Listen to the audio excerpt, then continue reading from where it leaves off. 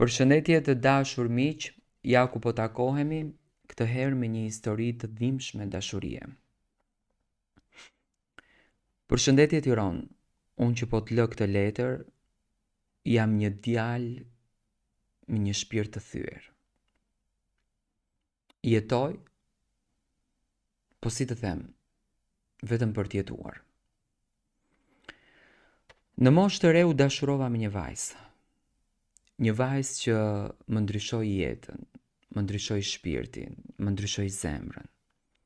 Një vajzë që më dha momentet më të bukura, një vajzë që më bëri të jetoj 2 herë në këtë botë. Ishte shumë e ëmbël, shumë e dashur.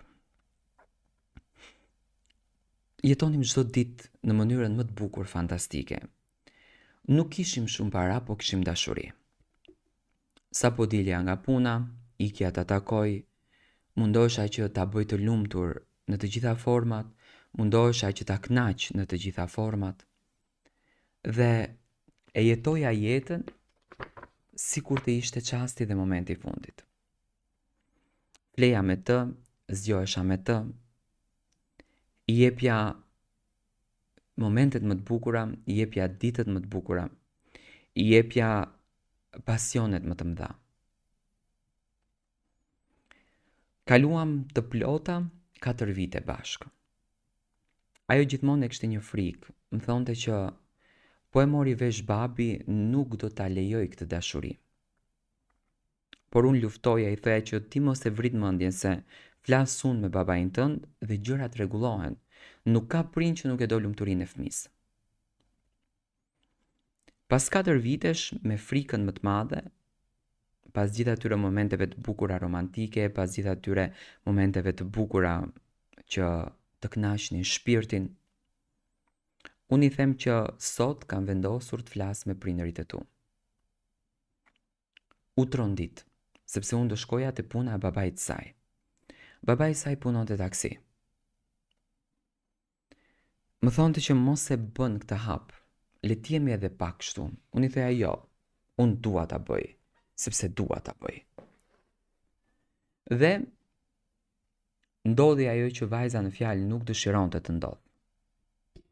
Shkoj unë te prindërit e saj, edhe flas me tjatin. I them unë jam filan djali, e dua vajzën tuaj dhe dua të fejohem me të. Nuk foli. Thjesht u largua nga tavolina.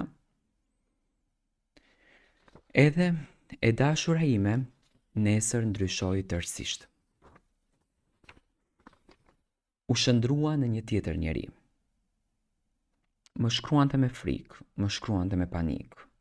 Nuk dëshironte më të takohemi sepse babai i saj e kishte rrahur dhe malltretuar pafund. Por unë isha këmbëngulës edhe nuk hiqja dorë. Isha kokfort në atë që unë doja. O të realizoj ëndrrën time, o zbëhet.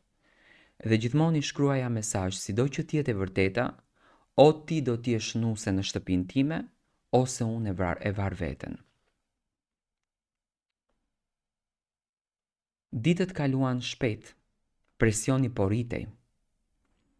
Unë i bëja presion vajzës në fjalë, ndërsa ajo kishte frikën, kishte presionin e familjes, kishte presionin tim. Fillova të bëhem shumë i egër me të.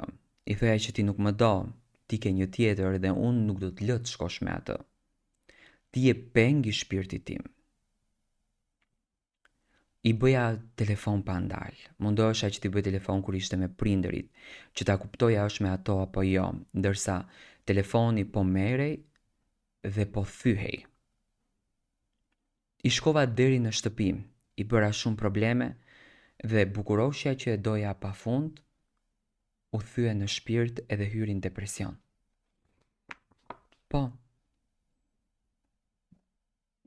Kaloi një moment shumë të rëndë të jetës së saj.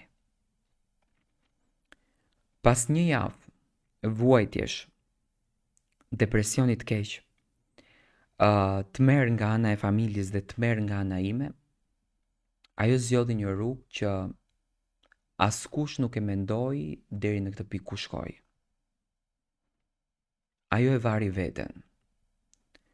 Ndoshta edhe nuk ja kam bërë unë, ndoshta ka qenë presioni më i madh i familjes, por ajo zgjodhi një rrugë shumë të rëndë për veten e saj. E vari veten. Ditën që e kuptova se ka ndruar jetë, për mua ishte një shok. Ula në dhomë, i bia kokës me duar, tha çfarë bëm ne. Dhe aty përfundoi gjithçka. Pas 2 vitesh të vdekjes së saj, unë u fejova, u martova. Ndonjëherë i thoja vetes të shkoj në polici dhe të them që unë jam arsyeja e gjithë presioni që e bëra që kjo të ndron jetë. Sepse presioni vinte nga të dy anët dhe shkatronin atë. Vendosa të dashurohem me dikë tjetër për të harruar, por nuk bëhet.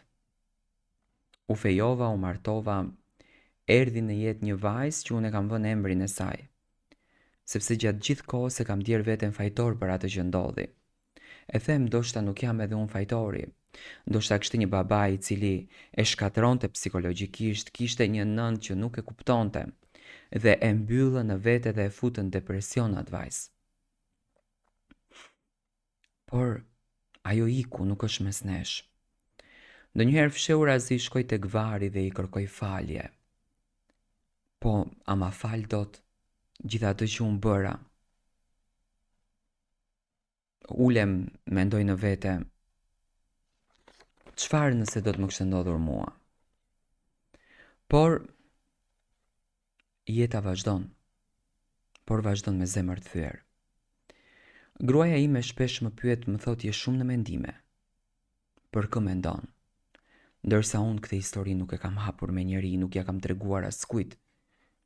Prindërit e saj nuk e din që edhe unë i kam bërë presion. Ato mendonin që ajo merret me mua dhe dëshiron të udhën familjen dhe i merrnin telefonët, ja thyenin, e larguan dhe nga jeta e saj, e mbyllën krejtësisht në vete, vetëm për të mos qenë me mua. Atëherë nuk e kuptoja apo sot është një diçka që mua më han në shpirt, më grije në zemër. Dhe i them vetes, a do të më falet ndonjëherë kjo gjë, sepse është shumë e rëndë të jetosh me faj në jetë. Unë nuk e zgjodha të jetoj me faj, por siç duket, fati më zgjodhi mua të jem në këtë rrugë. Ditët kalojnë. Jetoj me kujtime, jetoj me mendime. Më del edhe në ëndër, pothuajse çdo 2 nete shikoj në ëndër. Kanë kaluar vite dhe unë kur nuk e kam haruar fytyrën e saj, shpirtin e saj, buzëqeshjen e saj sepse ishim më të lumturit dhe unë në shëndrova në ankthin më të madh të jetës së saj. Dua ta mbyll këtë histori duke i kërkuar falje publike. Dua ta mbyll këtë histori duke i thënë më fal. Më fal për gjithçka që bëra dhe uroj me shpirt që të më dëgjosh edhe të ma falësh.